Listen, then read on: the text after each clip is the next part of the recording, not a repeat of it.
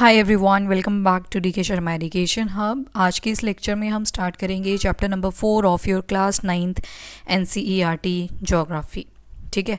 सो drainage हमने complete कर लिया था, उसका PDF आपको टेलीग्राम से मिल जाएगा। इसके अलावा एक इनिशिएटिव और स्टार्ट करा हुआ है, वीकली 2 वीडियोज़ आएंगे आपको एडिटोरियल्स के। ठीक है। तो एडिटोरियल्स में हम पूरी कॉम्प्रिहेंसिव स्टडी करेंगे क्या उस टॉपिक में बताया गया है। एंड एडिटोरियल्स की जो PDF होगी वो भी आपको टेलीग्राम से मिल जाएगी। टेलीग्राम का लिंक ऑलरेडी डिस्क्रिप्शन बॉक्स में दे रखा है। चलो, अगर लास्ट के 2 चैप्टर्स की बात करें तो हम ऑलरेडी लैंड फॉर्म्स के बारे में पढ़ चुके, ड्रेनेज के बारे में पढ़ चुके, कौन सी रिवर कहाँ से ओरिजिनेट कर रही है, तो ये सारी चीज़ें हमने पढ़ ली थी। और हमने ये देखा कि ये दोनों ही चीज़ें कहीं ना कहीं क्लाइमेट से भी इन्फ्लुएंस्ड हैं। ठीक है, क्लाइमेट से इन्फ्लुएंस है तो यहीं से आप देखोगे इस चैप्टर के अंदर कि क्लाइमेट जो होता है, वेदर जो होता है, दोनों डिफरेंट चीज़ें होती हैं। कैसे, कौन कौन से ऐसे फैक्टर्स हैं जो इन क्लाइमेट को अफेक्ट करते हैं। तो पहले देख लो क्लाइमेट। अगर क्लाइमेट की बात करूँ, मैंने यहाँ पे डिफरेंस दे रखा है, PDF आपको दोबारा से मिल जाएगी टेलीग्राम के अंदर। तो क्लाइमेट की अगर बात करें तो इसमें हम क्या करते हैं, वेदर को सम अप कर देते हैं। ठीक है, वेदर जो होता है उसको हम सम अप कर देते हैं। ये देखो, weather plus weather give rise to climate. तो वेदर क्या होता है फिर? तो वेदर जो होता है ये आवर टू आवर 1 घंटे से दूसरे घंटे में आप देखोगे, मान लो बादल थे, बारिश हुई, थोड़ी देर के बाद बढ़िया धूप आ गई, कोई बादल नहीं बचा, तो दैट इज़ वेदर। तो जो वेदर होता है वो day to day, hour to hour change करता रहता है। और ये जब चीज़ें, ये जो वेदर चेंज है, जब आप इसको देखोगे for prolonged period of time, then you will notice कि जो weather plus weather for decades, वो 20 ईयर्स हो सकते हैं, 30 ईयर्स ले लेते हैं ऑन एन एवरेज। जब हम सारे वेदर को सम अप करेंगे तो एक आपको ओवरऑल चेंज मिलेगा, और जिसको हम बोल देते हैं क्लाइमेट। ठीक है, तो दोनों ही वेदर हो चाहे क्लाइमेट, सेम एलिमेंट्स के ऊपर ये डिपेंडेंट होते हैं। जैसे कि टेम्परेचर आ गया, एटमॉस्फेयर आ गया, विंड आ गई, ह्यूमिडिटी आ जाएगी, प्रेसिपिटेशन आ जाएगी।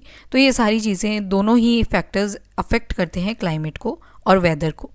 तो जो वेदर कंडीशन है वो with in a day affect हो सकती है, फ्लक्चुएट हो सकती है, चेंज हो सकती है। थोड़ी देर पहले आप देखोगे क्लाउडी था, थोड़ी देर के बाद देखोगे आप सनी हो जाएगा। तो दैट इज़ वेदर जो है वो कभी भी चेंज हो सकता है। बट जो कॉमन पीरियड रहेगा दोनों में, वो ऑब्जर्व किया जाता है फॉर वीक्स एंड मंथ्स। जैसे हर महीने यू विल नोटिस, हर महीना जो होता है उसमें आप सर्दी फेस नहीं करते, हर महीने में आप समर फेस नहीं करते, हर महीने में आप रेनी सीजन फेस नहीं करते। तो मतलब कुछ वीक्स या कुछ मंथ्स के लिए आपको सेम सा पैटर्न मिलेगा, उसके बाद थोड़े से चेंजेस आपको देखने को मिल सकते हैं। अब जैसे गर्मी की ही बात कर लो, डेली थोड़ी बहुत गर्मी होती है, वो भी तो चेंज करती रहती है ना। तो यही चीज़ यहाँ पे बोली गई है। सो यू कैन सी, जो क्लाइमेट है ये some total of weather condition, और जो भी चेंजेस वहाँ पे हो रहे हैं for the large area for a long period of time, more than 30 years, यानी कि 3 डेकेड्स की बात करी गई। वेदर क्या होता है? तो ये एटमॉस्फेयर की वो स्टेट होती है जो किसी छोटे से एरिया पे भी हो सकती है, एक पॉइंट ऑफ टाइम पे। ठीक है, आप जैसे मान लो आप हिमाचल प्रदेश में रह रहे हो और एक है जो आपका दोस्त वो चंडीगढ़ में रह रहा है। यू विल नोटिस दोनों तरफ गर्मी चल रही है, पर हिमाचल प्रदेश के अंदर आपको 27 डिग्री सेल्सियस मिल रहा है, टेम्परेचर की बहुत हाई है। वहीं पे चंडीगढ़ जा रहे हो तो वहाँ पे 40 डिग्री सेल्सियस तक टेम्परेचर चला जा रहा है। दोनों जगह चला तो समर है, दोनों जगह गर्मियाँ चली हैं, बट क्या है, टेम्परेचर की वेरिएशन जो है दैट इज़ वेरी हाई। ठीक है, उसके अलावा 1 सेकेंड,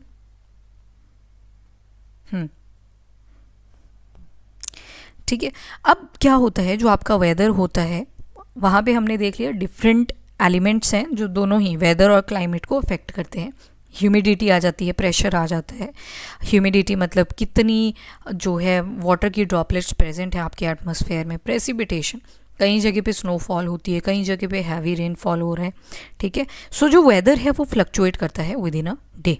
ठीक है, कुछ एक पैटर्न्स होते हैं जो वीक या फिर मंथ्स के लिए फॉलो होते हैं। कई बार डेज कूल होते हैं, कई बार हॉट होते हैं, विंडी होते हैं, काम होते हैं, क्लाउडी हो सकते हैं, ब्राइट हो सकते हैं, वेट भी हो सकते हैं और ड्राई भी हो सकते हैं। ठीक है, जनरलाइज्ड मंथली एटमॉस्फेरिक कंडीशन अगर देखोगे ईयर की, तो उनको हम डिवाइड कर देते हैं इनटू विंटर, समर, रेनी, ऑटम भी आप लिख सकते हो। वैसे इंडिया के अंदर जो हमारी ओल्ड टेक्स्ट है वहाँ पे 6 से 8 आपको सीजन्स मिल जाएंगे, बट ओवरऑल जो वर्ल्ड के बेसिस पे हम क्लासिफिकेशन लेते हैं उसमें हम 3 मेंशन करते हैं, विंटर, समर एंड रेनी। तो जो वर्ल्ड है ये डिवाइड करता है number of climatic reason. India का कैसा है, जैसे इंडिया का देखोगे आप तो इंडिया का है मॉनसून टाइप ऑफ क्लाइमेट। कैसा है? मॉनसून टाइप ऑफ क्लाइमेट, ये इंपॉर्टेंट है। आप कहीं जगह पे देखोगे मेडिटेरियन टाइप ऑफ क्लाइमेट भी मिलेगा आपको, उसी तरह से इंडिया का देखोगे तो मॉनसून टाइप ऑफ क्लाइमेट मिल जाएगा आपको, ठीक है। तो पार्ट्स देखोगे अगर साउथ और साउथ ईस्ट एशिया के, तो वहाँ पे भी क्या आ जाता है, जो मॉनसून टाइप ऑफ क्लाइमेट है। साउथ और साउथ ईस्ट एशिया कौन सा आ गया, ये अगर आपका इंडिया का पेनिनसुलर पार्ट देखें तो यहाँ से आप देखोगे आगे ये आ गया आपका बांग्लादेश वाला एरिया, यहाँ पे म्यांमार आ जाएगा। नीचे जाओगे तो लाओस, कंबोडिया, सिंगापुर, इंडोनेशिया, ये सारी कंट्रीज़ आएंगी जहाँ पे आपको अगेन कौन से टाइप का क्लाइमेट मिलेगा, मॉनसून टाइप ऑफ क्लाइमेट। मतलब वहाँ का जो क्लाइमेट है वो कौन डिसाइड करता है, मॉनसून। ये जो मॉनसून वर्ड है ना, ये कहाँ से आया है, तो एक अरेबिक वर्ड है जिसको बोलते हैं मौसम, जिसका मतलब होता है सीज़न। और जो मानसून है इसमें आप देखते हो सीजनल रिवर्सल, जैसे ही मानसून आता है कहीं जगह पे बारिश होती है, कहीं जगह से जाता है तो वहाँ पे ड्रॉट देखने को मिल जाते हैं, कहीं पे फ्लड भी देखने को मिल जाते हैं। ला नीना, एल नीनो, वो सारी चीज़ें हम इसमें देख लेते हैं, ठीक है। तो जो क्लाइमेट है इंडिया का उसको हम बोलते हैं मानसून टाइप का है। एशिया के अंदर यानी कि साउथ और साउथ ईस्ट एशिया भी अगर जाएंगे वहाँ पे भी हमें कैसा क्लाइमेट मिलेगा, तो again monsoon type of climate, ठीक है। तो इतने सारे एरिया में आप देखोगे यूनिटी है, जो जनरल पैटर्न है वो आपको कहीं ना कहीं सेम मिलेगा। जो प्रेसिपिटेबल रीजनल वेरिएशंस हैं वो भी आपको देखने को मिलती है।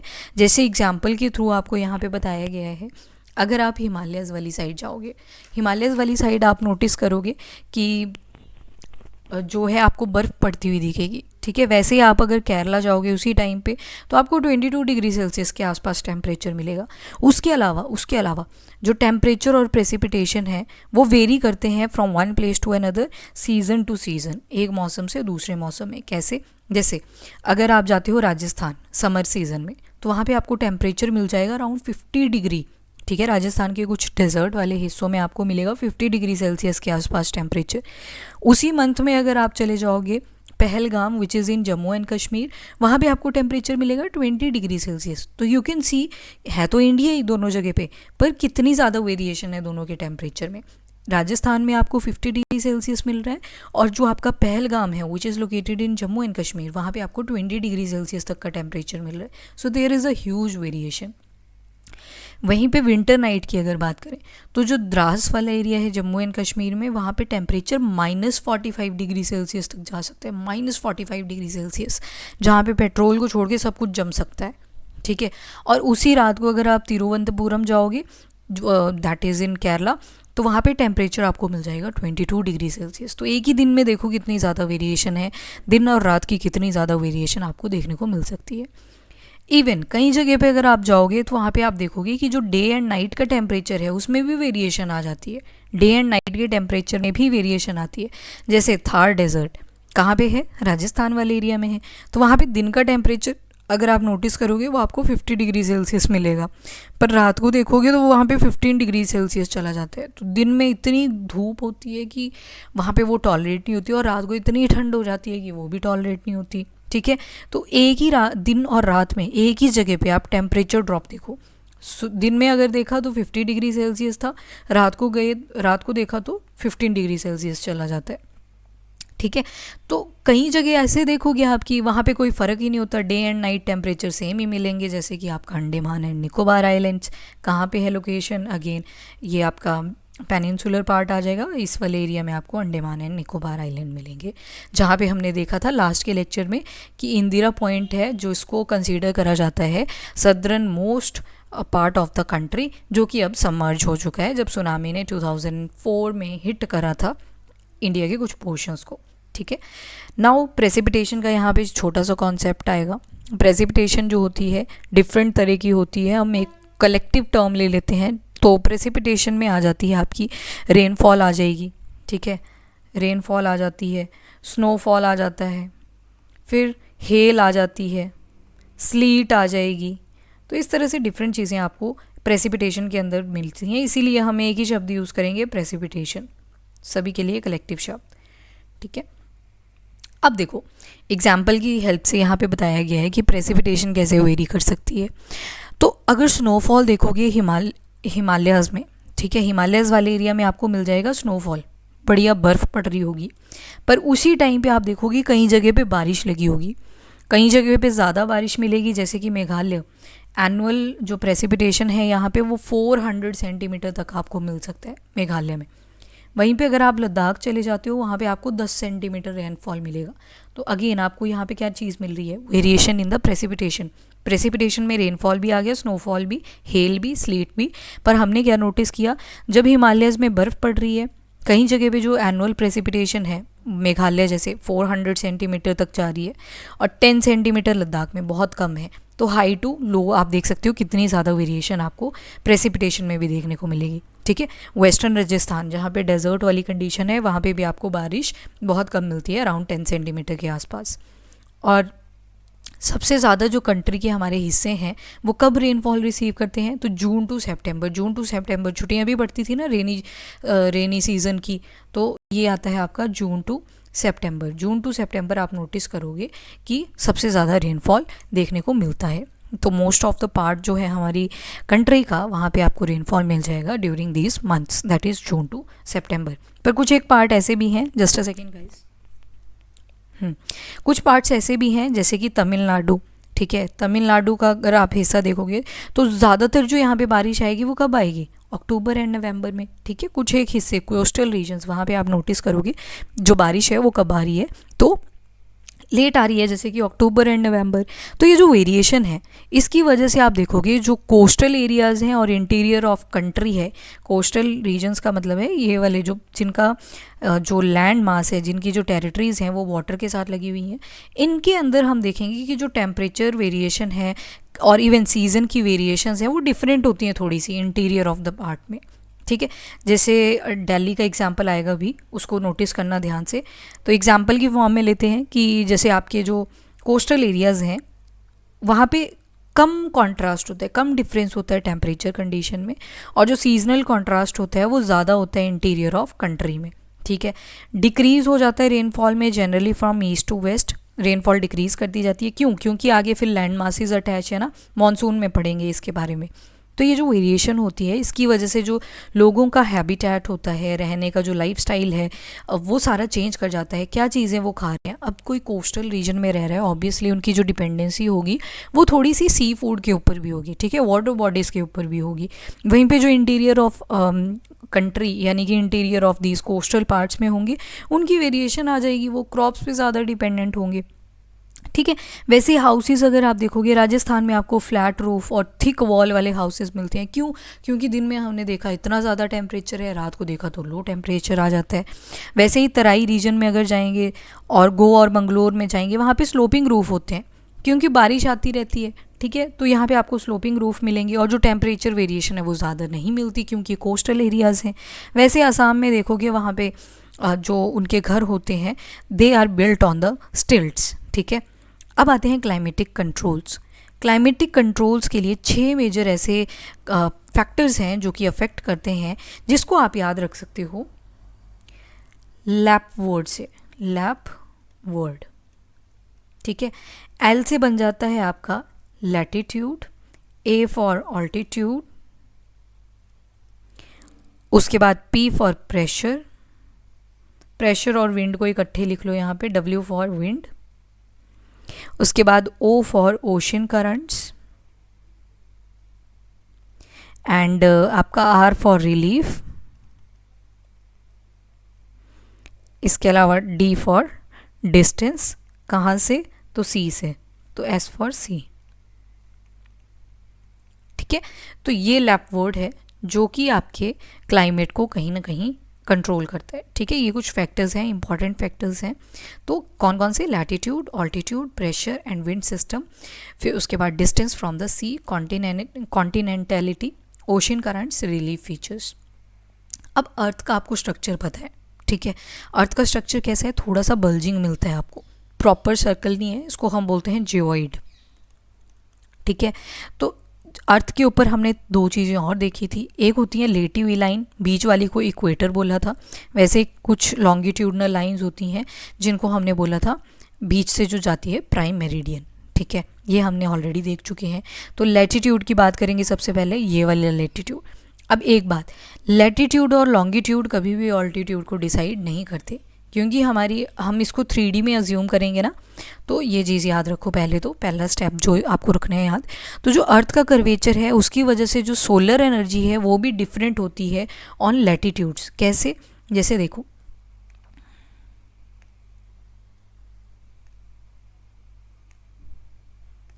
ये देखो, आप देखना, अगर ये मान लो अर्थ है, ठीक है, थोड़ी सी बल्जिंग बनाएंगे और यहाँ से आ रही है सनलाइट, ठीक है, इस तरह से, तो आप नोटिस करोगे कि जो इक्वेटर वाला हिस्सा होता है ये वाला, यहाँ पे जो सनरेज होती है वो बिल्कुल परपेंडिकुलर पड़ती है, पर जैसे जैसे आगे जाएंगे तो आगे आगे स्लांट हो जाएगी। तो जहाँ पे परपेंडिकुलर पड़ रही है वहाँ पे आप नोटिस करोगे बारिश भी एकदम से होगी और वो जो पानी होगा वो भी इवेपोरेट कर जाएगा। तो आप नोटिस करोगे इस रीजन पे कि जो सनरेज होती हैं दे आर परपेंडिकुलर, ठीक है, बिल्कुल परपेंडिकुलर पड़ती है इक्वेटर वाले एरिया में। पर ऊपर ऊपर जैसे जाएंगे तो यू विल सी कि जो सनरेज हैं वो कैसी हो जाती हैं, स्लांट हो जाती हैं, और स्लांट होने की वजह से जो सनलाइट की इंटेंसिटी है वो भी कम हो जाती है इन रीजन्स पे। तो यही चीज़ यहाँ पे लिखी हुई है। और जो लोअर लैटिट्यूड्स होते हैं, मतलब बीच वाले देखोगे आप, वहाँ पे सन रेज जो होती है वो ज़्यादा होती है, और जो हायर लैटिट्यूड होती हैं वहाँ पे कम सन रेज होती हैं। ठीक है, कैसे? फिर से देख लो, ये देखो, यहाँ से आई सनलाइट, इस तरह से बोला गया, ये जो यहाँ पे नीचे के जो जो आपके ऊपर के ये बीच वाले लैटिट्यूड्स मिलेंगे, यहाँ पे आपको सनरेज ज़्यादा मिलेगी, और जैसे जैसे ऊपर की तरफ जाओगे तो देखो स्लांट होती जा रही है, तो डिस्टेंस क्या है, बढ़ रहा है। तो आपको नोटिस करोगे ये जो ऊपर वाली साइड के लैटिट्यूड्स होंगे, ये जो बिल्कुल नॉर्थ और साउथ पॉइंट्स पे आप लैटिट्यूड्स देखोगे, यहाँ पे सनरेज बिल्कुल कम पड़ती है। ठीक है, यही चीज़ बोली है। तो जो टेम्परेचर होता है इक्वेटर के ऊपर, वहाँ पे बहुत ज़्यादा आपको सनलाइट मिलेगी, तो टेम्परेचर भी हाई रहेगा।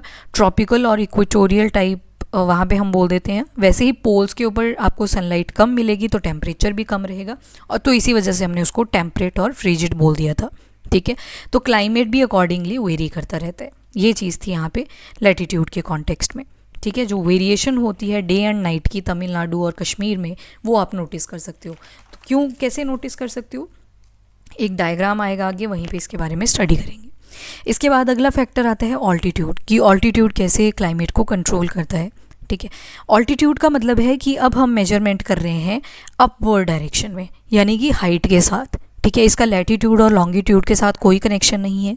जैसे जैसे हम अर्थ सरफेस, अब सरफेस की बात हो रही है, यानी कि ये अगर अर्थ का सरफेस है, यहाँ पे आप खड़े हो, तो इस सरफेस से आप ऊपर की तरफ देखो, आसमान दिखेगा आपको, तो उस एरिया की बात कर रहे हैं। तो जैसे जैसे हम सरफेस ऑफ अर्थ से ऊपर की तरफ जाएंगे, यानी कि जो ऑल्टीट्यूड है वो क्या कर रहा है, इंक्रीज कर रहा है, हाइट है इंक्रीज कर रही है, तो जो एटमॉस्फेयर है वो कम डेंस हो जाता है, जो एटमॉस्फेयर होता है वो कम डेंस हो जाता है, और हैंस जो टेम्परेचर है वो भी डिक्रीज़ करता हुआ आपको मिलेगा। जैसे हिल स्टेशन चले जाओ, ठंडा ठंडा मौसम होता है ना, क्यों? क्योंकि हाइट इंक्रीज़ कर चुकी है, ऑल्टीट्यूड इंक्रीज़ कर चुका है, एटमॉस्फेयर कम डेंस हो चुका है, और जो टेम्परेचर है वो डिक्रीज़ कर चुका है। दैट्स वाई आपको हिली स्टेशंस में क्या होता है, ठंडा सा मौसम फील होता है, तभी तो गर्मियों में हिल स्टेशंस की तरफ भागते हैं सारे। ठीक है, तो जो क्लाइमेट कंडीशन होती है कुछ प्लेसेस भी सेम लैटिट्यूड के ऊपर, जैसे कि हिमालयास, वहाँ पे आप नोटिस करोगे ऑल्टीट्यूड वाला फैक्टर इम्पैक्ट करता है। ठीक है, that is the one thing. जहाँ पे क्लाइमेट कंडीशन आप हायर ऑल्टीट्यूड में देखोगे वेरी करती है from the lower altitude. For example, अगर ये हिमाचल प्रदेश में ही हो, मान लो आपने क्या किया, सिरमौर वाले एरिया से चलना शुरू किया टुवर्ड द कुल्लू वैली। अब आ तो एक ही लैटिट्यूड पे रहे हैं ना, लैटिट्यूड तो सेम है, पर डिफरेंस कहाँ पे आ रहा है, ऑल्टीट्यूड में सेम आ रहा है। तो मतलब सेम लैटिट्यूड पे डिफरेंट अगर ऑल्टीट्यूड है तो वहाँ पे आपको टेम्परेचर वेरिएशन मिल जाएगी। क्यों? सिरमौर में आप देखोगे टेम्परेचर थोड़ा हाई रहता है, एटमॉस्फेयर थोड़ा आपको डेंस मिलेगा, तो टेम्परेचर भी हाई मिलेगा if compare to the Kullu. तो जैसे जैसे आपकी हाइट बढ़ी, आपकी नहीं मतलब आप चलते गए हिली एरियाज़ में, तो आपने देखा कि जो ऑल्टीट्यूड था वो इंक्रीज़ हुआ, एटमॉस्फेयर था वो कम डेंस हुआ, और टेम्परेचर था वो भी डिक्रीज़ हुआ। तो यहाँ पे आपको ठंडा फील होगा if compare to the Sirmaur. ठीक है, तो एक ही ऑल्टीट्यूड पे आपने इतनी ज़्यादा वेरिएशन देख ली। वैसे अगर कंट्रीज़ का एग्जांपल ले लें, एक तरफ आप ईरान का एग्जांपल ले लो, ईरान में जिस सीज़न में आपको बिल्कुल ड्राई मिलेगा और जो टेम्परेचर होगा काफ़ी हाई होगा, आपको हॉट मौसम यहाँ पे फील होगा। वहीं पे मॉनसून चल रहा होगा इंडिया के अंदर, और यहाँ पे हिमालयाज़ आ जाते हैं जो कि एज अ बैरियर एक्ट करते हैं, और जो बारिश होती है वो रोक लेते हैं इधर, नहीं तो ये तिब्बत में हुआ करती है आज, ठीक है। तो जैसे ही यहाँ पे बारिश हो रही है तो यहाँ पे आपको मौसम थोड़ा कूल मिलेगा if compare to the Iran. पर लाए दोनों एक ही लैटिट्यूड के ऊपर कर रहे हैं, तो एक लैटिट्यूड पे भी आपका जो ऑल्टीट्यूड होता है वो वेरी कर जाता है। तो that's why this is important one. उसके बाद आ जाता है ओशन करंट। तो ऑन शोर विंड आपने पढ़ा था, ओशन करंट्स आते रहते हैं ऑन शोर। जो विंड होती है वो भी क्या करती है, जो कोस्टल एरियाज़ है उनके क्लाइमेट को इम्पैक्ट करती है, ठीक है। कोई भी कोस्टल एरिया है, वार्म या फिर कोल्ड करंट फ्लोइंग पास्ट, मतलब जो आपकी गर्म है, वो गर्म हवा होती है वो क्या करती है, जल्दी उठ जाती है ना ऊपर की तरफ को, पानी पे भी तो इम्पैक्ट आएगा। तो वो जो गर्म और ठंडी हवाएं होती हैं वो भी क्या करती हैं, डिसाइड करती हैं कोस्टल एरिया का कैसा टेम्परेचर रहेगा ओवरऑल, ठीक है। अब जैसे यहाँ पे एक क्वेश्चन बताया है कि why most of the world desert are located in the western margin of the continent in the subtropics. ऐसा क्यों होता है? क्योंकि देयर इज़ अ रीज़न। आप नोटिस करोगे एक तरफ वाटर बॉडीज़ आपको मिलेंगी यहाँ पे, जैसे जैसे आप इस तरफ जाओगे आप देखोगे यहाँ पे ज़्यादा लैंड मास मिलेगा, तो जो हवाएं होती हैं वो भी इसी डायरेक्शन में चलेंगी, तो यहाँ पे तो बारिश होती रहेगी। अब जैसे दूर जाएंगी ये हवा तो चलती जाएगी ना, पर मॉइस्चर कम लेके जाएगी। तो इसी वजह से आप नोटिस करोगे कि जो वेस्टर्न मार्जिन्स होते हैं वहाँ पे आपको ज़्यादा डेजर्ट्स मिलते हैं। जैसे हमारे इंडिया में देख लो थार डेजर्ट आ जाता है, वैसे चाइना का आप देखोगे ऊपर तो टकला मकान एंड अनॉल, वो सारी चीज़ें जो हैं यहाँ पे आपको मिल जाती हैं। फाइनली जो रिलीफ होता है वो भी इम्पॉर्टेंट रोल प्ले करता है किसी भी एरिया के क्लाइमेट को डिसाइड करने में, ठीक है। जैसे हाई माउंटेन्स होती हैं वो बैरियर की तरह एक्ट कर जाती हैं। अब इसको कैसे अंडरस्टैंड कर सकते हो आप, कोई भी माउंटेन होती है उसकी हमेशा दो साइड्स मिलेंगी आपको। कोई भी माउंटेन है उसकी आपको दो साइड्स मिलेंगी इस तरह से। एक होती है विंडवर्ड साइड, जहाँ से विंड आएगी, विंडवर्ड साइड। एक होती है लीवर्ड साइड, रिलीफ है ये, ठीक है। रिलीफ या फिर लैंडफॉर्म बोल लो, एक ही बात है। मान लो यहाँ पे कोई वाटर बॉडी थी और हवाएं भी चल रही हैं, तो ये हवाएं क्या करेंगी, जब इस पानी के ऊपर से जाएंगी तो अपने साथ क्या करेंगी, वाटर ड्रॉपलेट्स ले जाएंगी। तो अब यहाँ पे तो बैरियर आ गया ना, ये जो पहाड़ है ये बैरियर की तरह एक्ट करेगी। अब जब ये पहाड़ है और बैरियर की तरह एक्ट कर रहा है, यू विल नोटिस ये जो क्लाउड्स होंगे वो यहीं पे बरस जाएंगे, मतलब बारिश इसी तरफ हो जाएगी, विंडवर्ड साइड वाली जहाँ से विंड जा रही थी। तो दूसरी तरफ क्या जाएगा, हलवा नहीं, ये विंड जो है वो चली जाएंगी। थोड़ा बहुत मॉइस्चर अगर गया तो थोड़ी बहुत बारिश होगी, अदरवाइज़ ये जो विंड आएगी इस तरफ वो बिल्कुल ड्राई होगी। तो इस तरह से आपने देखा कि एक बैरियर ने, एक माउंटेन ने किस तरह से जो है वो पूरा का पूरा जो सीज़न था या क्लाइमेट था, यहाँ का क्लाइमेट नहीं बोलेंगे सीज़न बोल लेंगे, वो चेंज कर दिया। एक तरफ बारिश हो रही है, एक तरफ कोई बारिश नहीं हो रही है, बिल्कुल सूखा पड़ा हुआ है, ठीक है। सो दैट्स हाउ रिलीफ जो है वो भी एक इम्पॉर्टेंट फैक्टर की तरह रोल प्ले करता है, ठीक है। और इसको, ये जो रेनफॉल हुआ ना, ये जो रेनफॉल हुआ बिकॉज ऑफ दीज क्लाउड्स, इसको बोलते हैं ओरोग्राफिक रेनफॉल।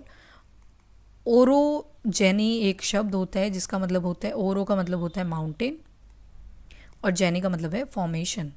तो ओरोजेनी जो होता है ये क्या होता है, आपका माउंटेन फॉर्मेशन। तो उसी से आया ओरोग्राफिक रेनफॉल, यानी कि पहाड़ की वजह से जो रेनफॉल हुआ, ठीक है। यहाँ पे वाटर बॉडी थी, यहाँ से हवा ने अपने साथ यहाँ से कुछ वाटर ड्रॉपलेट्स उठाए, जहाँ तक ये जा सकी मैक्सिमम वाटर को उठा के, और क्लाउड ना बने वहाँ तक लेगी। पर एक टाइम ऐसा आया जहाँ पे वो क्लाउड थे वो प्रॉपर रुक गए और फट गए, और फटे नहीं मतलब बारिश यहाँ पे शुरू होगी, ठीक है।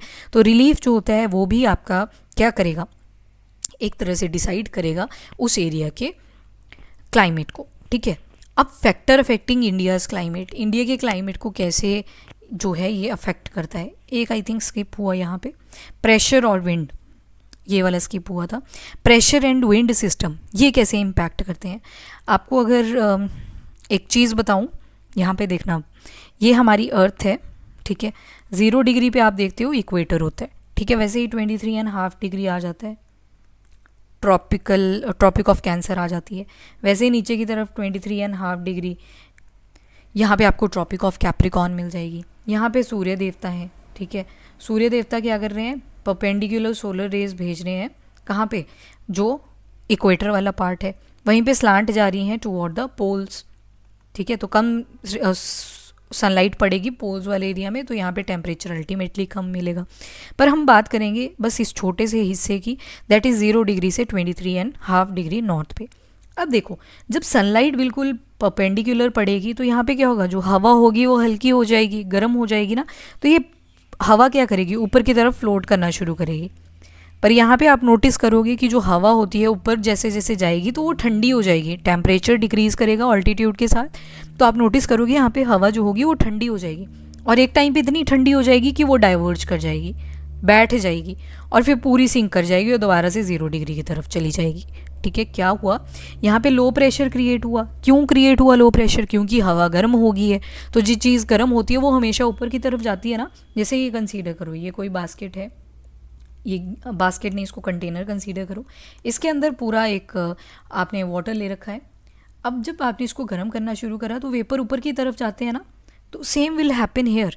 0 डिग्री इक्वेटर वाले एरिया पे आप नोटिस करोगे कि जो सनरेज हैं वो बिल्कुल परपेंडिकुलर है, जिसकी वजह से जो हवाएं हैं वो गर्म हो जाती हैं और ऊपर की तरफ चलनी शुरू कर देती हैं। पर जब ऊपर की तरफ जाएंगी तो हमने अभी देखा ऑल्टीट्यूड अफेक्ट कर देगा, क्योंकि ऊपर की तरफ तो जो एटमॉस्फेयर है वो कम डेंस हो जाएगा, तो अल्टीमेटली अगर कम डेंस हो जाएगा टेम्परेचर क्या करेगा, डिक्रीज़ करेगा, तो हवा जो होगी वो भी ठंडी पड़ जाएगी, और जब ठंडी पड़ जाएगी तो मतलब यहाँ पे हाई प्रेशर क्रिएट होगा। हाई प्रेशर क्रिएट होगा, ये डाइवर्ज कर जाएगी, मुड़ जाएगी, और दोबारा से कहाँ की, और कोई भी चीज़ जो होती है वो हमेशा कहाँ चलती है, from high pressure to low pressure. तो यहाँ पे फिर लो प्रेशर से हाई प्रेशर की तरफ क्यों चली, क्योंकि सूर्य की किरणें बहुत ज़्यादा हैं, ठीक है, हल्की हो गई हैं, वो हल्की चीज़ हमेशा ऊपर को उड़ने लग जाती है, तो इसको बोलते हैं यहाँ पे होगी ये डाइवर्ज, और फाइनली आप देखोगे सिंक हो जाएगी। सिंक मतलब जहाँ से चली थी वहीं पे दोबारा से पहुँच जाएगी। ठीक है, तो यहाँ पे क्या हुआ, 0 डिग्री पे क्या हुआ, जो एयर मासेस थे वो वार्म हो जाते हैं। ठीक है, जैसे जैसे ऊपर की तरफ चले, और इसी वजह से ये क्या करते हैं, राइज कर जाते हैं।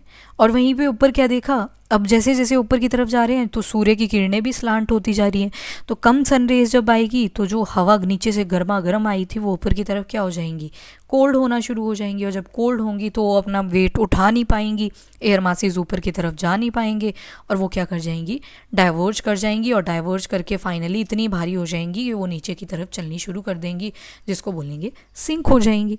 ठीक है, तो इस तरह से जो लो प्रेशर और हाई प्रेशर होता है वो लैटिट्यूड के ऊपर डिपेंड करता है, कौन से लैटिट्यूड की आप बात कर रहे हो। ठीक है, और जो लो प्रेशर है, लो प्रेशर का क्या मतलब है, लो प्रेशर का मतलब अभी हमने देखा कि जो एयर मास है वो हाई है, और एयर मास अगर हाई है तो वो ऊपर की तरफ चलना शुरू करेंगी अपवर्ड डायरेक्शन में। और ऊपर हमने क्या देखा, 23.5 डिग्री पे हाई प्रेशर बन गया, और जो एयर मास है वो कम हो जाएगा, एयर मास कम हुआ तो वो सेटल डाउन होने लग जाएंगी और डाउनवर्ड डायरेक्शन में चली जाएंगी। ठीक है, तो इसी वजह से सरफेस के ऊपर जो विंड होती है from high pressure to low pressure चलती हुई आपको मिल जाएंगी। ठीक है, तो ये कुछ इंपॉर्टेंट फैक्टर्स थे जिनका हमने ओवरव्यू ले लिया कि कैसे कैसे ये चीज़ें इम्पैक्ट करती हैं। तो इसको ना मैं 2 पार्ट्स में बना रही हूँ वीडियो को, लंबा हो जाएगा वीडियो, और मुझे थोड़ा सा काम है आजकल, तो उस वजह से रिसर्च पेपर्स के काम चल रहे हैं, तो थोड़ा सा वीडियो लेट हो गया, उसके लिए पहले ही सॉरी। अभी हम देखेंगे इंडिया का क्लाइमेट जो है वो किस तरह से कौन कौन से फैक्टर्स अफेक्ट करते हैं, तो ओवरऑल आप चीज़ें आइडिया ले चुके हो। अब इसके बारे में बस थोड़ी थोड़ी डिटेलिंग हम करेंगे। सीजन्स आपने देख लिए, ठीक है, थोड़ा सा हम इसमें देखेंगे कि लैंड ब्रीज होती है, सी ब्रीज होती है, वो कैसे इम्पैक्ट करती है कोस्टल एरियाज़ को, तो ये बिल्कुल छोटा सा पार्ट रहेगा। मॉनसून कैसे इम्पैक्ट करता है इसको हम कल देख लेंगे। ठीक है, सो अभी के लिए यहीं पे बाइंड अप करते हैं, जितना करवाया है एटलीस्ट उतना रिवाइज कर लेना। ठीक है, thank you everyone, have a nice day. Video को लाइक एंड शेयर ज़रूर करें एंड चैनल को भी सब्सक्राइब करें। Till then bye bye, take care, thank you.